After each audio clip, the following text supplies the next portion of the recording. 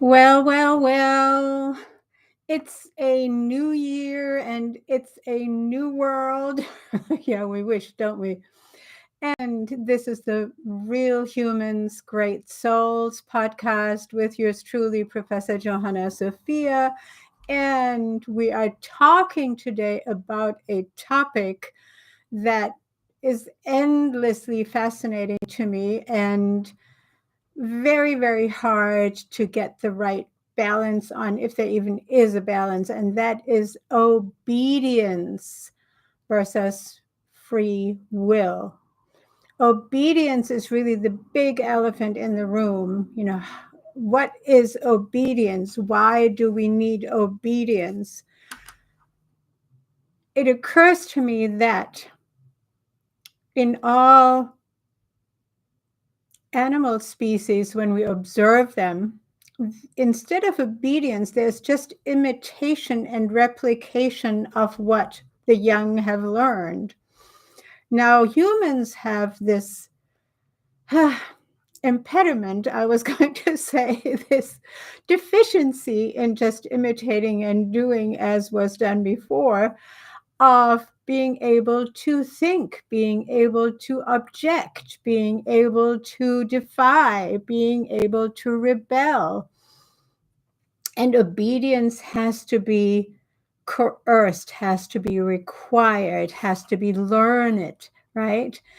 And yet, when raising children or working with children or teaching children and teenagers and even university students, in today's world, we struggle with this thing that is obedience, and that something in us tells us is really no longer the right approach to education, to teaching, to being in society. Because obedience always has a notion of the world blind in it, right? Blind obedience. Because if we are not blindly obedient, we are actually not obedient. We're just doing the right thing that we agree to doing. Is it then still obedience? I don't think so. So, what is it with this thing that has been with humanity for so long? I don't think forever, but in this whole era that we now call the patriarchal era, it has been the driving force, the structure everywhere, forcing obedience upon the younger, the weaker, the poorer, the surprised ones, sometimes the more moral ones, because they wouldn't do what you can do, and forcing obedience.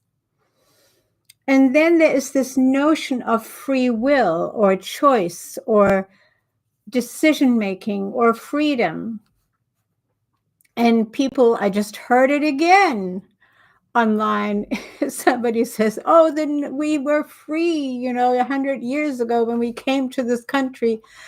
We were free. We had freedom. There was the Constitution promoting free will and the will of the people.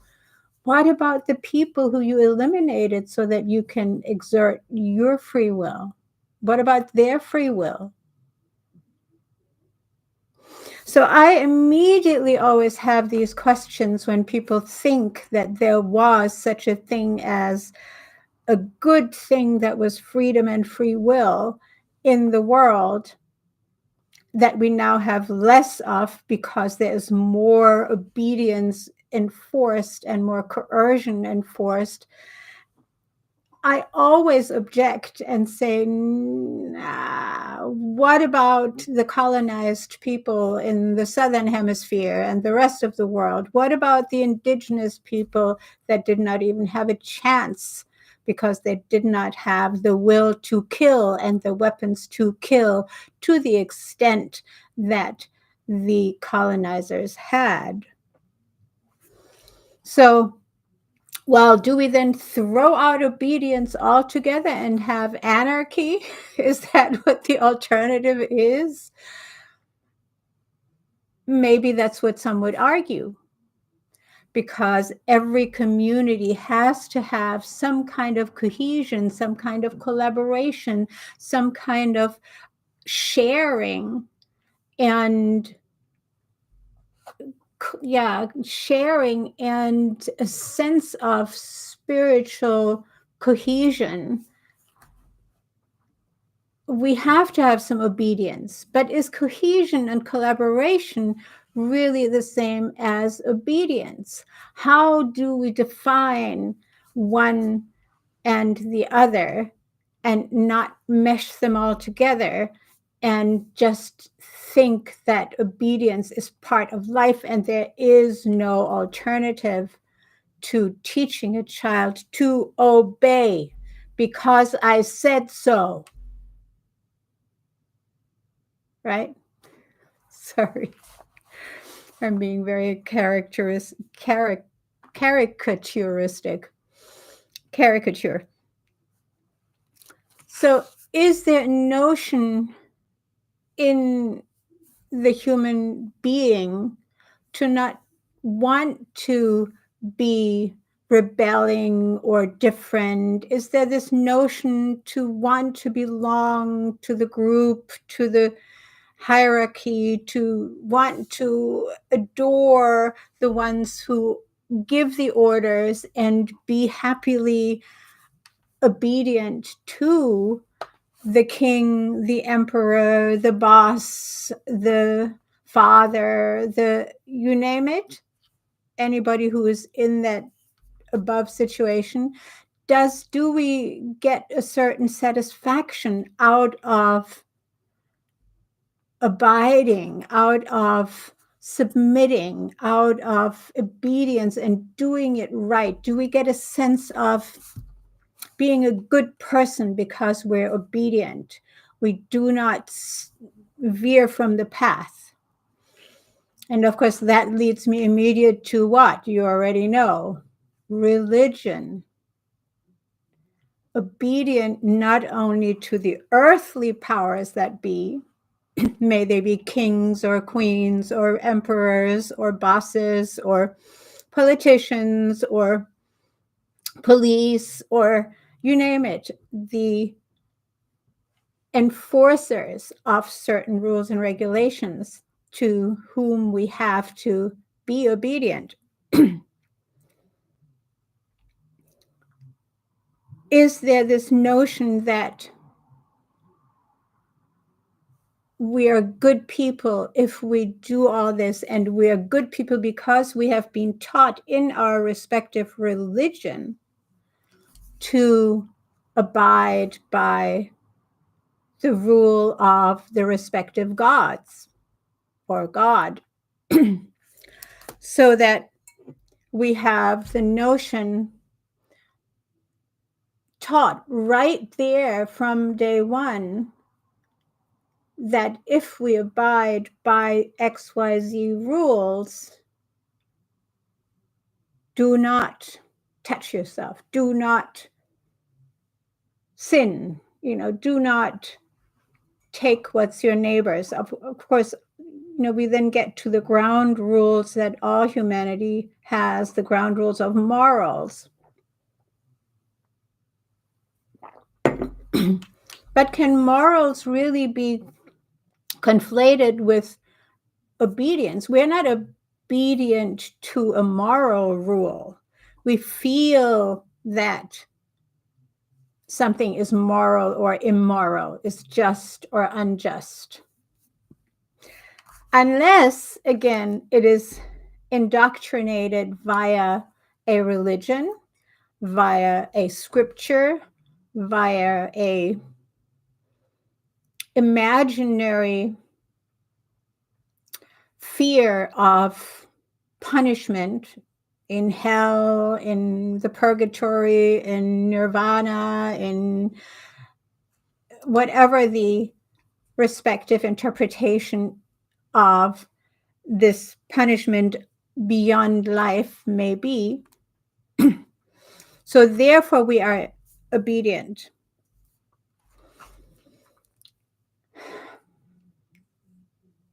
Where is then free will?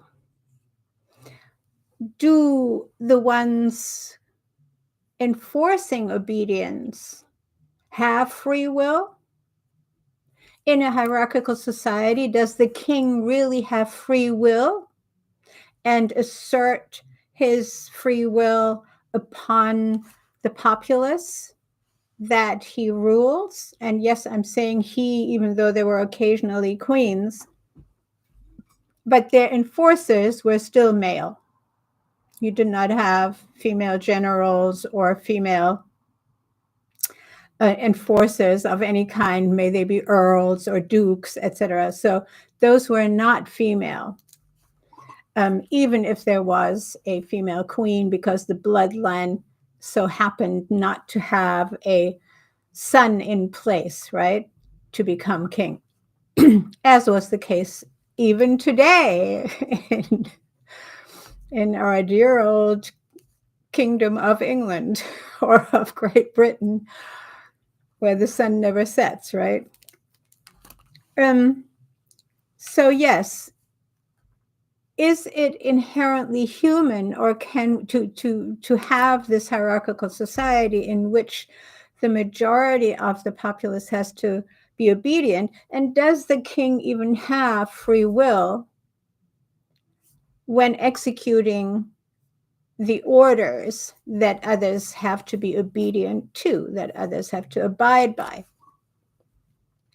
Or is the tradition so strong that the king himself has to be, and the system itself has to be obedient to the tradition?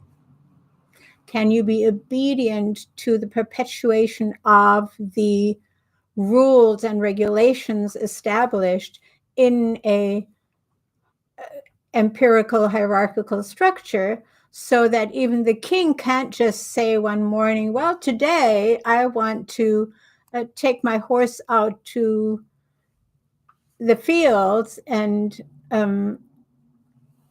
play with my children, but today is the day that I have to abide by the rule of going to see the king of the other kingdom, or to enforce the orders that were given to go to war, or etc.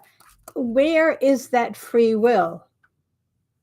Now, we tend to, in the US of A, think that the pioneers, when coming to the United States, to that new country, for those who came, it was a new territory, right? That they had the freedom to set up their lives the way they wanted. Well, what kind of free will did they also have to have? They had to have the will to kill, the will to kill the inhabitants of these lands that they then wanted to assert their free will upon. So, to me, this whole concept of freedom and free will versus obedience, both are equally problematic, almost equally problematic. Because unless we have new concepts for structuring a society, they both lead to, to a dishonoring, to an indignant, to robbing humans, to indignant life, to robbing humans of their dignity, if there is such a thing as dignity. We could say people who are only obedient are not living in their dignity. All these questions, maybe in a society in which everybody has their place and there's tradition, we can experience that as a dignified life because we're perpetuating our position in society to our best ability. It becomes problematic when it's on the backs of others who we deprive of their dignity and of their free will so that we can exert our free will, right? As in the founding of America, as in the pillaging of all the countries around the globe that were colonized, etc., and where we enforced, we the Westerners in this case, the Europeans, enforced obedience upon the peoples of the globe by brute force. And yes, I'm going to be very drastic in these descriptions in a little bit. So I want to talk a little bit more, though, about this this need for obedience in relation to perpetuating a tradition.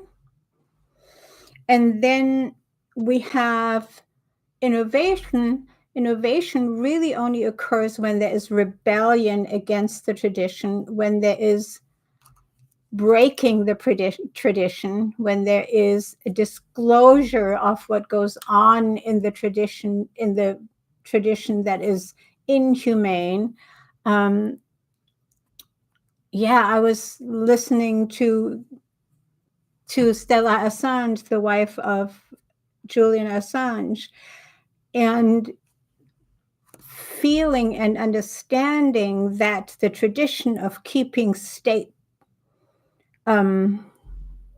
it wasn't even state secrets, but keeping secrets and having the concept of leaving an entire populace in the illusion of doing something good, better, and humane, better than others, right? Therewith, lulling a population into obedience without feeling that they have to abide, because they feel they're happily participating in a democratic state because we're better than others. And when they then find out that this supposed freedom is actually acquired by destroying and brutally killing, just to unaliving, I should say, I suppose, in these weird days of words being tracked. Other entire cultures, so that we can have the sense of being free and wonderful, when that tradition of a sense of entitlement and sense of goodness is broken by something like the revelations that Julian Assange put out into the world. I could say the same for John Perkins when he put out Confessions of an Economic Hitman. For those who really understand that that was not a occasional thing that was done, and John Perkins writes about it and talks about it, but that it is a worldwide positioning of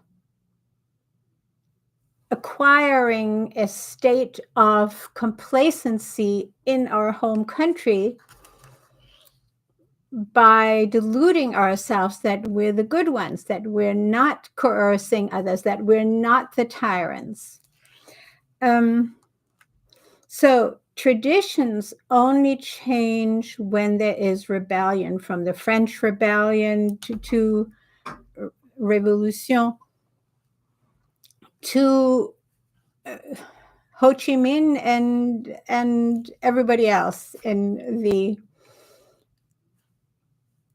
It doesn't mean that the rebellion always leads to something that we, in retrospect, judge as better, right? But it breaks the tradition and society moves forward. And I tend to always look for what those breaking moments bring humanity in terms of a positive development. as opposed to then going back to tyranny, which of course often happens. Sometimes only we are made to believe that it goes back to tyranny, but because that's what we're supposed to believe, because the machinery of course, media and what used to be called propaganda today, that's also a bad word to use, but it is what it is, right? It is psychological warfare is another word for it. So when we are taught that we're the good guys, we don't have to be coerced into obedience because we can believe that we're the good ones, while in our name the atrocities are being committed, or with our dollars, with our complicitness or complicity, one or the other, or both. We are supporting these systems that destroy others. But I didn't really want to get that big in the beginning of this this discussion of obedience. I wanted to talk about where do we learn obedience? How do we learn obedience? How do parents and school systems create an obedient individual and an obedient population? And what is that in essence? When we have a baby or an infant or a toddler, and we either, and this was one of my big revelations, we either say, no, don't, no, don't, no, no, no, no, don't do that, no. Or we say, oops, we're going to do that differently because that is going to hurt, or that's going to be dangerous, or look how I do it. Let's do it like I do it. Yes, we want to go there. However, we'll do it tomorrow, or we can't do it right now. So let me tell you this little story. I had a visitor when my son was an infant, or rather he was one and a bit, right, and wanted to touch everything, and he had so much fun with my little guy and made it a game to go to things that, to have the baby on his arm and go to the shelf, and of course my child wants to touch this and that and the other. And he constantly said, no, we don't do that. No. And he thought it was fun. And something clicked in me and moved me deeply. And I realized, oh my God, our children, as little people, as infants and toddlers, hear the word no 1,000 times more often than the word yes. Yes, you can. Yes, this is beautiful. Let's not touch it. So from that moment on, I had this big revelation. I tried to get this gentleman to understand. He did not stay long in our environment. But yeah, sometimes we have these moments where we suddenly realize that these things are so deeply ingrained in our behavior that we perpetuate this denial of a child's understanding. So I came to the realization that with obedience, with requiring obedience, and with the no that is requiring the obedience, we deprive the child of understanding why something is not good to touch or throw or break, right? So we deprive the child of understanding and instead bend the child to our will, if you will, via blind obedience. And again, obedience in and of itself, I think, is blind.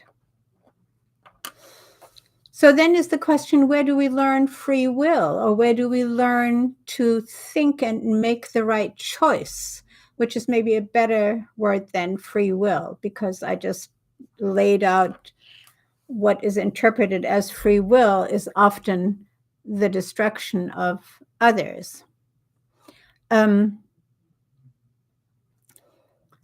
Could it be that free will grows out of imitating the people around us who are wondering what is the right decision, who are thinking, let's better do this. Shall we better do that?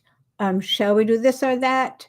What will be the consequences or the reactions or the impact if we do this or if we do that? And then we get understanding, and then we get imitation, and the child imitates the choice of the parent or the teacher. And the child gets to also ask others, shall we do this or shall we do that? What's better for us? What's better for them or for her or him? So this free will, this choice, is only meaningful if it is leading to understanding.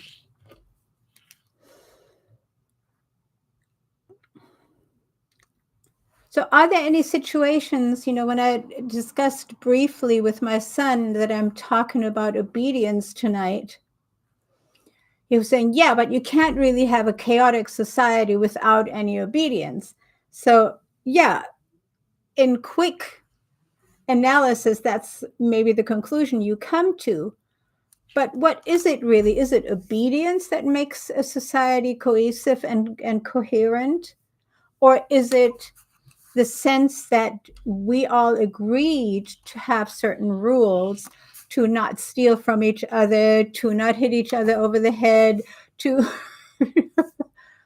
to not rape each other, and all those things? Or do they just come out of the golden rule that we all kind of have a sense of? Do unto others as you want done to yourself, or don't hurt others. Find ways to collaborate in a way that benefits all participants. Now, sometimes the perception of what benefits us does not collide, does not get to the same understanding, does not, what's the word I'm looking for? Does not match, right? What you think needs to benefit for both of us is not what I think needs to benefit for both of us, because we have different perspectives or different objectives with a particular action.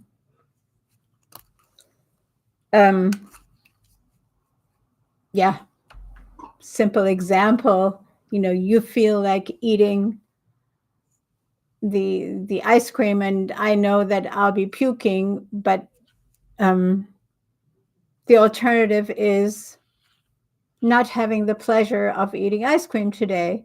So we make, and that's a stupid example, doesn't really work.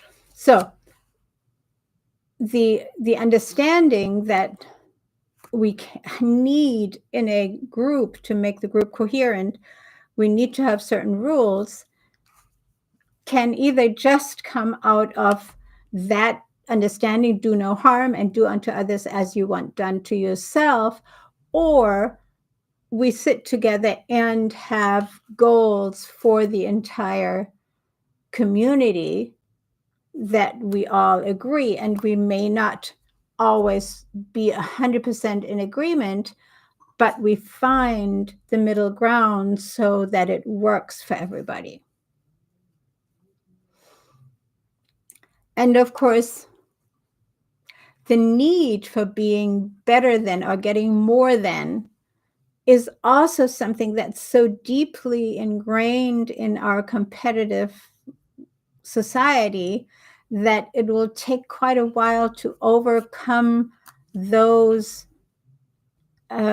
deep desires that have been implanted. They're really epigenetic, they're not natural. We're not naturally wanting to always be better than somebody else, or to elbow our way to the front, or to degrade others just to feel better about ourselves. I think those are learned behaviors. And we don't really become happier by acquiring more on the backs of others. I mean, yeah, it takes a lot of ignoring of what we actually do by accumulating large amount of wealth, for example. It always shocks me when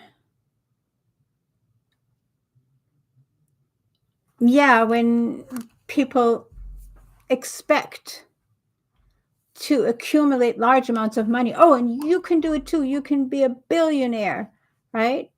Just look at how Warren Buffett did it, how Bezos did it. Just look at them and do what they do. Rich dad, poor dad. Just do what they did. Yeah, and who got to be deprived, and who got to have to do the low paid, low wage labor so that you could accumulate your billions? It's never just lying around and you can grab it. That's just a stupid illusion. But yeah, so we need to get out of that thinking if we want to have an actually less hierarchical, less blind, obedient, broad populace. And if we want to have less of this master slave organization that we have, and that, of course, everybody who wants to be a billionaire has to have some of that drive in them. I want to be the master. I don't care about how many slaves it takes. It's harsh, right? Yeah, but it's true. Every dollar I make in our world, the way it is organized today, means somebody has a dollar of debt. Every million I make, somebody has a million in debt, or many people are indebted, have to labor for that, have to sell themselves, their time, their body, their labor for that billion that I put into the bank or wherever I put it. So yes, is obedience part of what we need to lose and replace with understanding and with, well, here comes the big word again, with love of being in collaboration in order to get to an era which will actually allow us to get out of tyranny.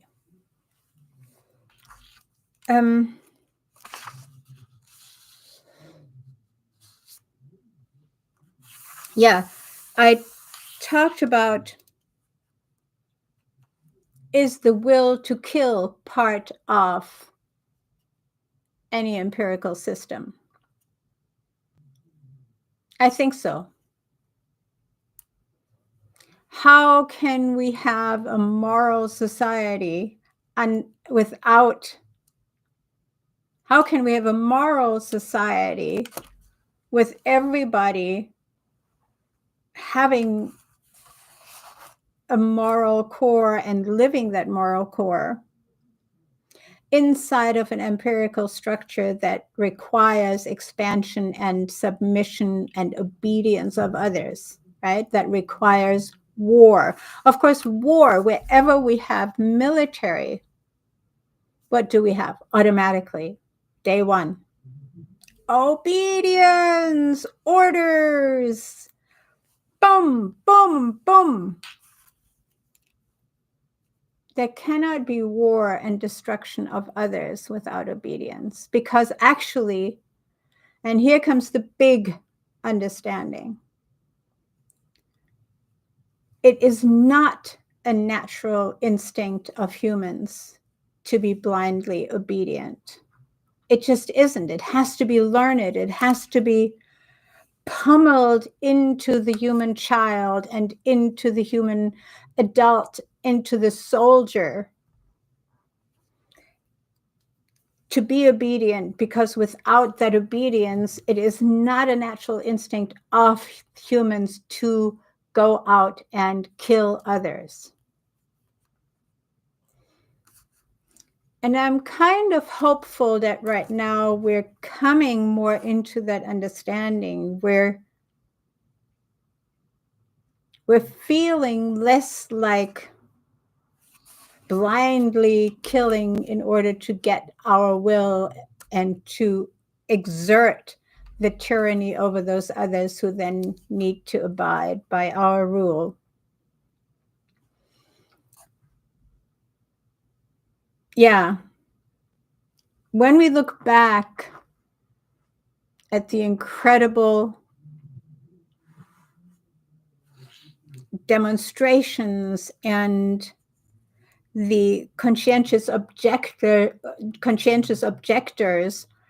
to the Vietnam War, to the draft, to having to go to war to kill.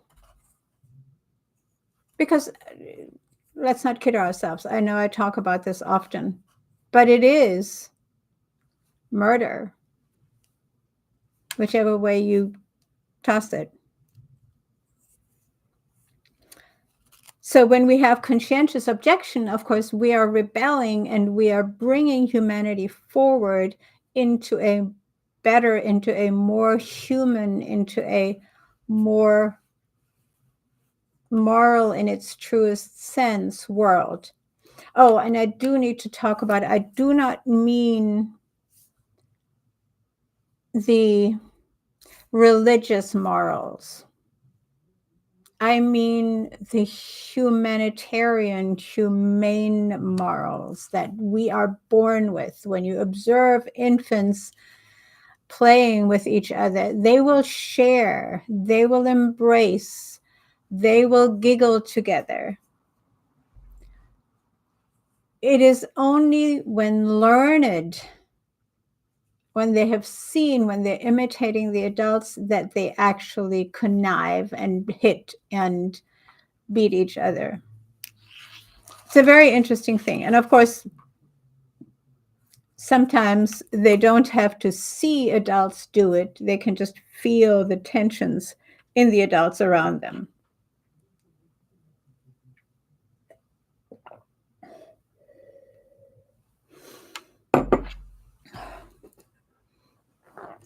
Yes, I have to drink more water. Sorry about that.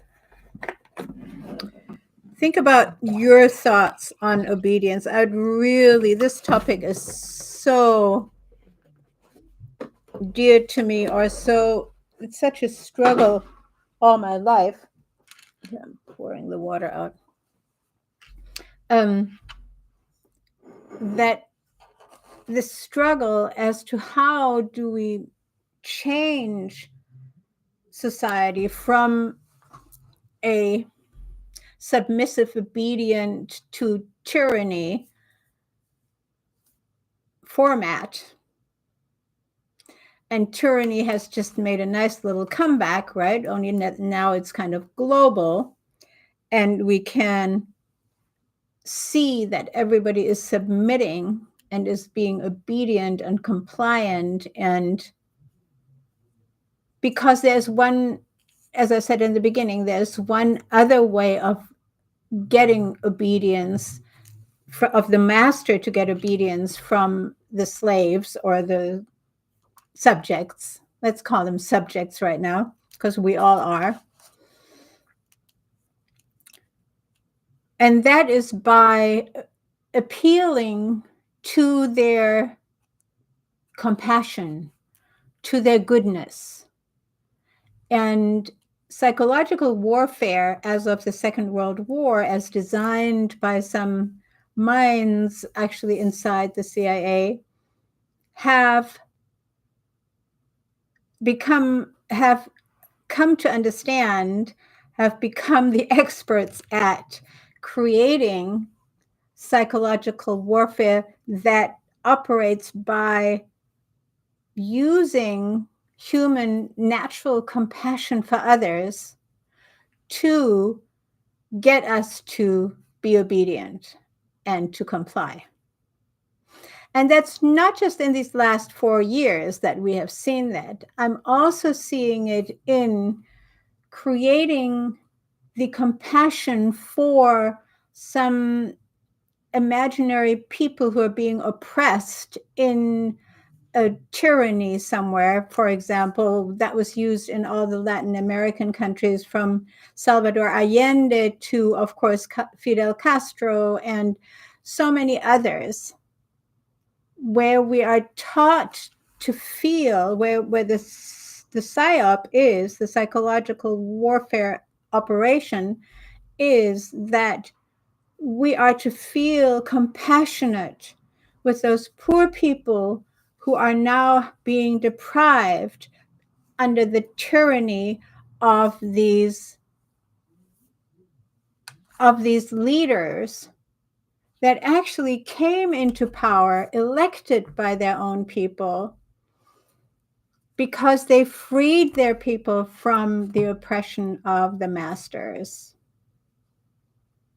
So,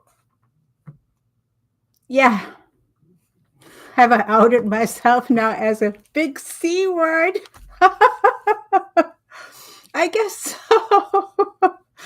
But I am seeing our humanity moving beyond those two big words, capitalism versus communism, both of which in their execution have been tyrannies in parts, and both of which have qualities that can serve to create the third way of doing things.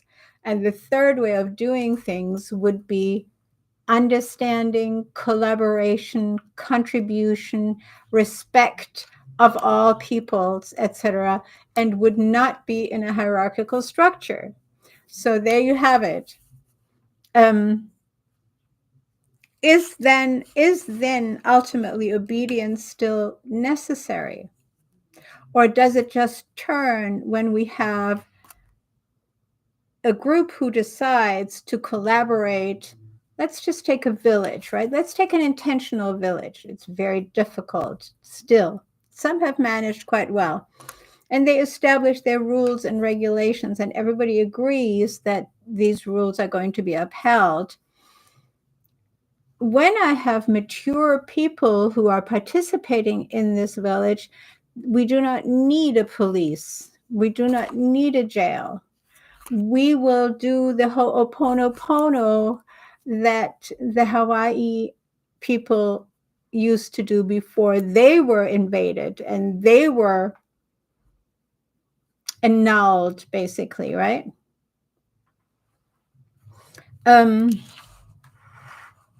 And that is to seek forgiveness with each other. Beautiful thing. Works great.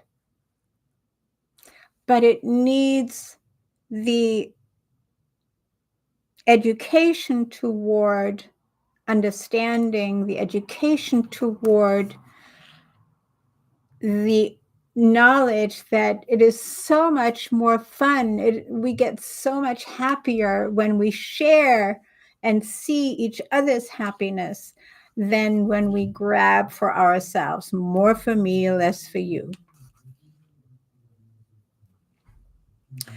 So, obedience is requiring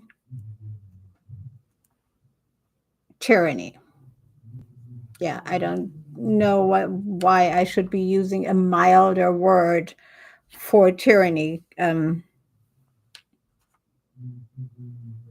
Obedience in and of itself is requiring enforcement as opposed to forgiveness and understanding and mediation.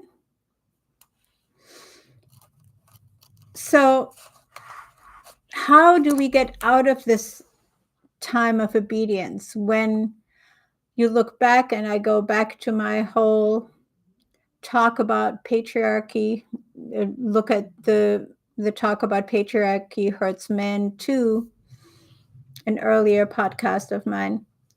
And we see that, of course, the tradition of obedience, tyranny and obedience goes back for those 5,000-6,000 years of empires, and empires as a structure in and of themselves require that the footfolk, the subjects, are obedient.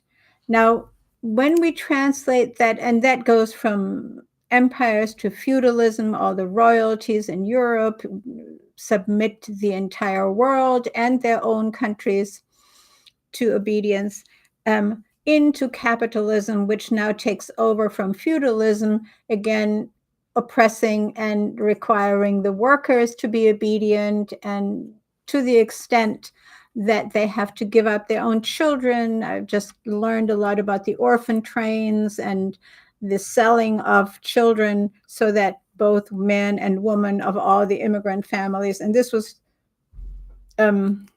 white European families, while Africans were still enslaved. This was all happening with psyops. Oh, we're going to do something for your children. Let's get rid of your children on the orphan trains. We need both of you to work in our factories and our sweatshops, really, while we take your children somewhere else. And everybody learns absolute obedience. Breaking out can only be done if you maybe join a gang and kill some indigenous people and find yourself a piece of territory that way. But again, it involves either being obedient or being a tyrant. And there's relatively little in between. So if we want to grow out of this era, how do we do that? How do we get into a world with less obedience and more understanding, with less tyranny and more collaboration? How does our educational system have to change? I talked about that in my last podcast just briefly. In order to allow a child to not live under the no, no, no. You can't go to the bathroom. You can't put your head on the desk because you're tired. You can't talk. You can't laugh. You can't do anything. You must sit still and be obedient. I mean, when you think about it, it's insane what we do to children. And at the same time, because it is the only place where children can be social and play with each other and learn and create friendships, because outside of school, the landscape is pretty bare, right? The children don't find, unless they are in larger homeschooling groups, there is no place for them to socialize. So we're stuck with this system unless we renovate the entire system and put creativity into schools. It's interesting. You can't demand or compel or force somebody into creativity, for example, right? Creativity cannot grow under tyranny. When you have to be obedient, you cannot be creative at the same time. Maybe in your mind, maybe in the breaks, but there is something very contrast. So if we want to have a more creative, more fun, more understanding, more peaceful, more loving world, we have to use other means to raise our children, and they will not include blind obedience. They will include understanding. And I've seen families who do this beautifully, whose 4-year-old was explaining the universe to me because he had learned to read. He had taught himself about what all the star formations are called and what they look like. It was amazing.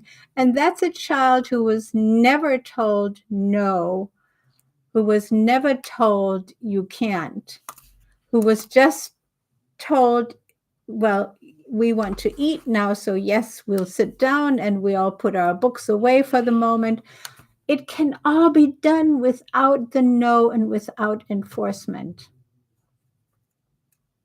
especially if we allow the children to participate in the creation of everything in our life, meaning participating in the creating of food, in the cooking, in the making, in the participating in the cleaning, in the doing, in the setting the table, etc. All of it. And of course, in the reading of books and in the understanding and in the creating of paintings and drawings, etc.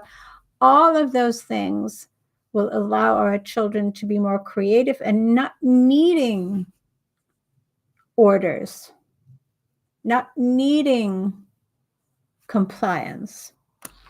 I was looking on my phone just quickly, with the word obedience, and I got all these videos of how to teach your child obedience. That is still going around. I couldn't believe it. It's like insane. How to create an obedient child in 2024. This is not the way the next generations need to grow. They need to grow into their own, into understanding, into making decisions, into a new kind of free will that is not asserting your will upon others, but that is, I wish to do this, and therefore I will go my path and collaborate with these people, or as opposed to those people. But not my free will means somebody else's loss of life or land or property or ability to do something.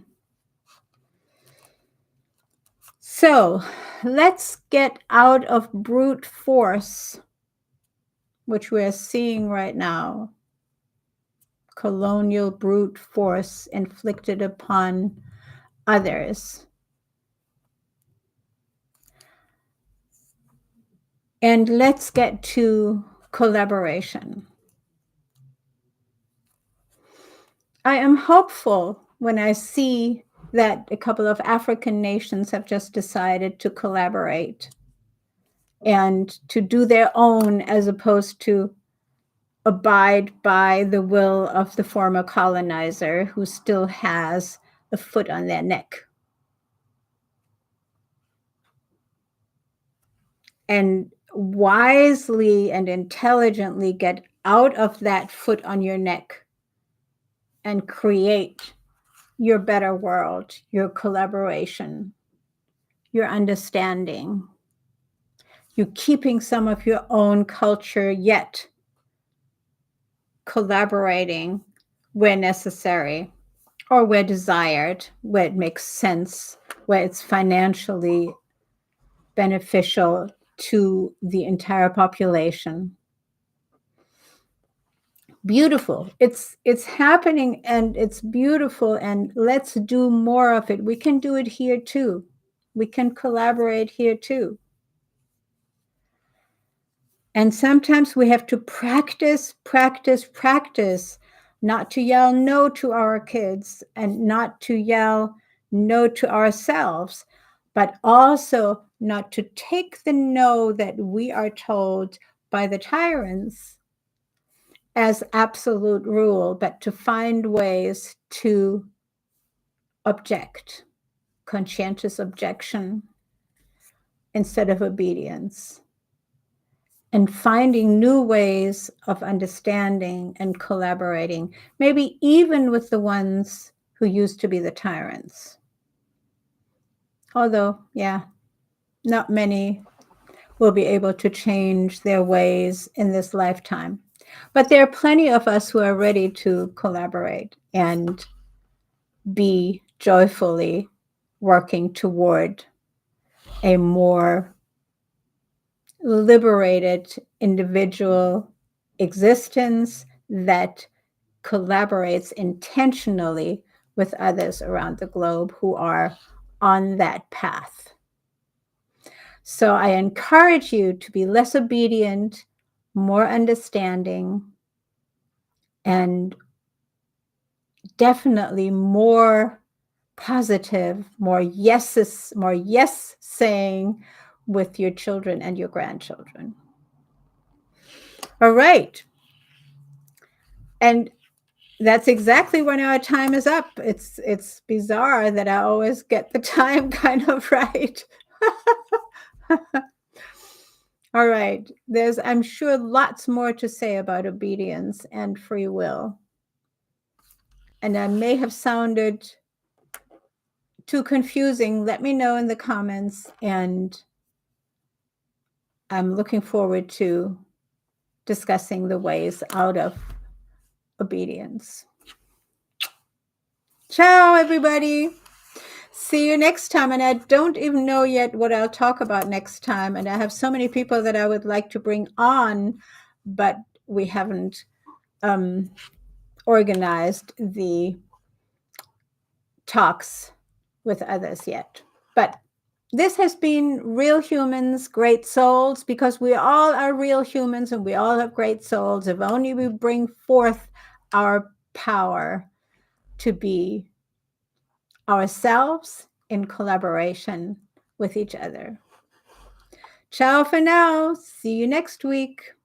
Oh, and I wanted to explain that there's the third week of the month I don't produce. Oh, no, the fourth week of the month I don't produce a podcast. Only week 1, 2, and 3 of each month. That's it. Hasta luego. Ciao.